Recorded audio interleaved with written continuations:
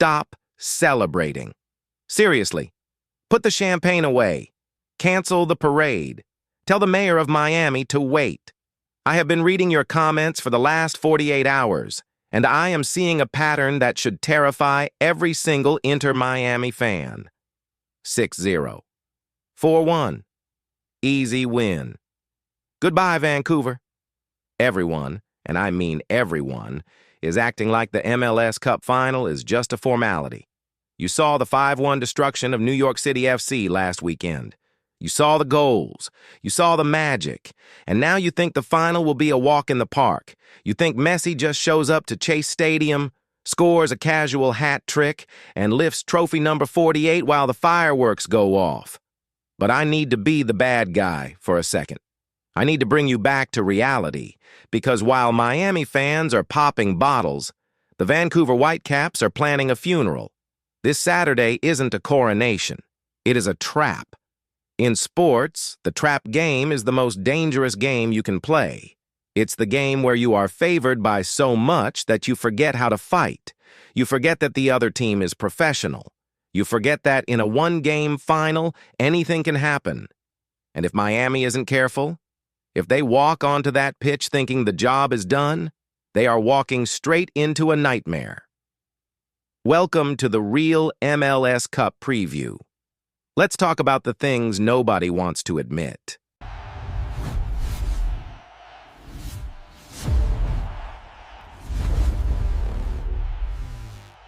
First, we have to talk about the enemy, the man they call the Scottish Messi, Ryan Gauld. If you only watch Inter-Miami games, or if you only follow the league when Messi plays, you might not know who this guy is. And that is a huge mistake. Ryan Gauld is not just a good player. He is the exact type of player that was built in a lab to destroy Inter-Miami's defense. Why?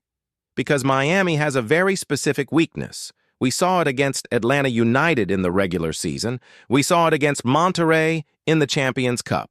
Miami struggles against speed in transition. When you have a small, fast, low center of gravity playmaker who runs at Sergio Busquets, the system breaks down. Busquets is a genius, but he is not fast. He cannot chase a player like Gauld for 90 minutes. Ryan Gauld had 12 goals and 15 assists this season. That is 27 goal contributions. He is the engine. He is relentless. He presses like a dog chasing a car. And unlike New York City FC, who tried to play pretty football and keep possession, Gauld doesn't care about being pretty. He cares about being fast. Here is the tactical nightmare. He is going to target the space behind Jordi Alba. We all love Jordi. He is an attacking legend. But look at his heat map.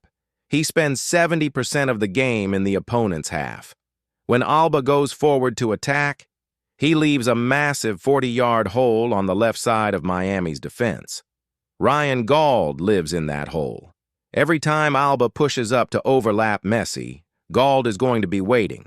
It is a simple tactic, but if Miami doesn't respect it, it is deadly. But it's not just one player. It is the system. Vancouver's coach, Vanni Sartini, is a madman. And I mean that as a compliment. He knows he cannot outpass Messi. He knows he cannot outpossess Busquets. If he tries to play tiki-taka against Miami, he loses 5-0. So, he isn't going to try. Vancouver is going to do exactly what they did to San Diego in the Western Conference Final. They are going to sit back, absorb the pressure, and wait for Miami to get frustrated. Think about the psychology of this game. Against New York, Miami scored early. The game opened up. It was fun. It was easy. But what happens if Miami doesn't score in the first 20 minutes?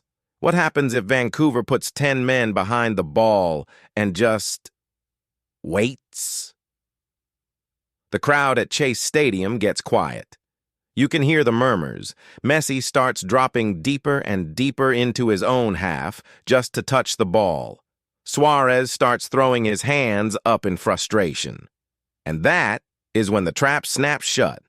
One mistake from the center backs, one bad pass from midfield, and Vancouver is through on goal. We have seen this movie before. Remember the CONCACAF Champions Cup earlier this year? Vancouver didn't look scared of Miami. They looked hungry. They played physical. They fouled. They disrupted the rhythm. They know that if you let Miami play music, you dance to their tune. But if you break the instrument, if you make the game ugly, that is where Miami is vulnerable. And finally, we have to talk about the ghost in the room. I saw a comment on my last video from a viewer named Felix, and honestly, it gave me chills. He reminded us of the legend of La Bestia Negra, the Black Beast, Thomas Müller, for 15 years. Thomas Müller has been the villain in Lionel Messi's story. He is the ghost that haunts the GOAT. Let's look at the history because it is terrifying. 2010 World Cup quarterfinal, Argentina versus Germany. Messi is young. Diego Maradona is the coach. They are favorites. Thomas Müller scores in the 3rd minute. Germany wins 4-0. Messi goes home crying. 2013 Champions League, Bayern Munich versus Barcelona, the semi-final. Everyone expects a war. Instead, Bayern wins 7-0 on aggregate. Müller scores 3 goals across the 2 legs. It was a humiliation. 2014 World Cup Final, the biggest game of Messi's life, the Maracanã in Brazil. He is 1 win away from destiny. Who is standing in his way? Thomas Müller. Germany wins 1-0. Müller lifts the trophy while Messi has to walk past it. 2020 Champions League, the infamous 8-2 game in Lisbon. Müller scores twice in the first half. He destroys Barcelona so badly that it arguably started the end of Messi's time at the club. Thomas Müller has faced Messi 10 times in big games. He has won 7 of them. It feels like every time Messi is on the verge of something perfect, Thomas Müller shows up to ruin it. Now, I know what you are saying. That is superstition. That doesn't matter. But in sports, narratives matter. Mental blocks matter. If the game is tied in the 81st minute and Thomas Müller comes off the bench for Vancouver, do you think Messi won't feel that history? Do you think the fans won't feel that fear? This isn't just a soccer match anymore. It is a psychological war. So, am I saying Miami will lose? No.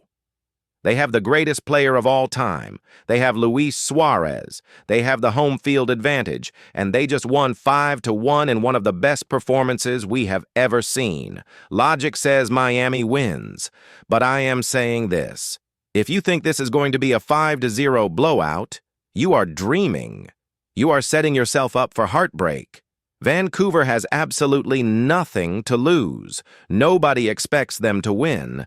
They are playing with house money and a team with nothing to lose. That is the most dangerous opponent you can face in a final. I still believe Messi finds a way. I think his magic is stronger than the curse.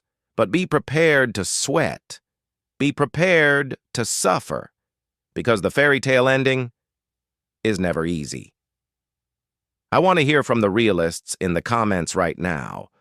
What is your panic level out of 10? Are you confident? Or are you secretly terrified that Thomas Müller is going to ruin everything one last time? Let me know below. And hit that subscribe button because we will be live immediately after the final whistle to break it all down. Don't sleep on Vancouver. Peace.